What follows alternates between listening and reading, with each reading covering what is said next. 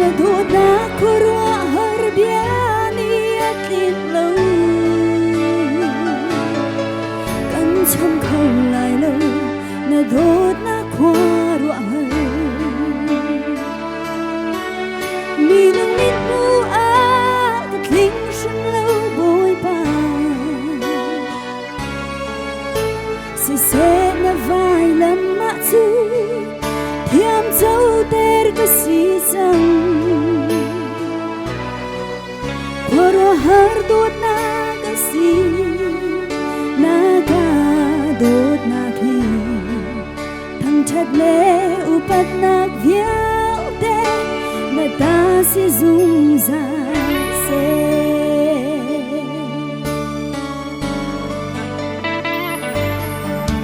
Na seri pang par phing le ta Dot na le Saram pun ting le va pe o Dot na ni Na sun par na alang le Lian ngan big bo Man se ke su San tai lo mi ka si Mi nung nít nu a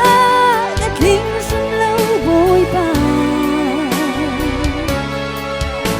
Si se na vai lam ma chu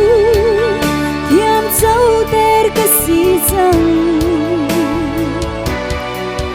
Koro har dot na ka si Na ka dot na ki Thang chat le upat na viau de Na ta si dung za se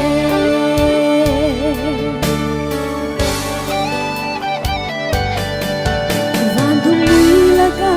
sung ar fi Zeu na le Rilipin na le Kwari thong thang na ni Na sun par na alang te Lian ngan big bo Man sẽ cây dù Mi tình lâu mi ca si Mi nung nít nu a Đã tình sân lâu bôi ba Si se na vai lam ma chu Thiam châu ter ca si chang Koro har dot na ca si Na ka dot na ki Thang chat le upat na viau te Na ta si dung za se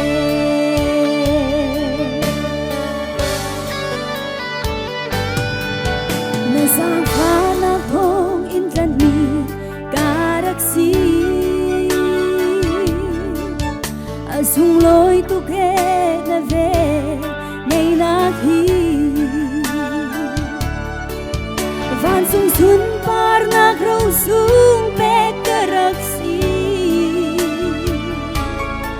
Kan cham sok lai lâu Na dot na khoa ruộng har Mi nung nít nu a Na kinh sân lâu bôi ba Si se na vai lam ma chu Thiam châu ter ka si chang Koro har dot na ka si Na ka dot na ki Thang chat le upat na viau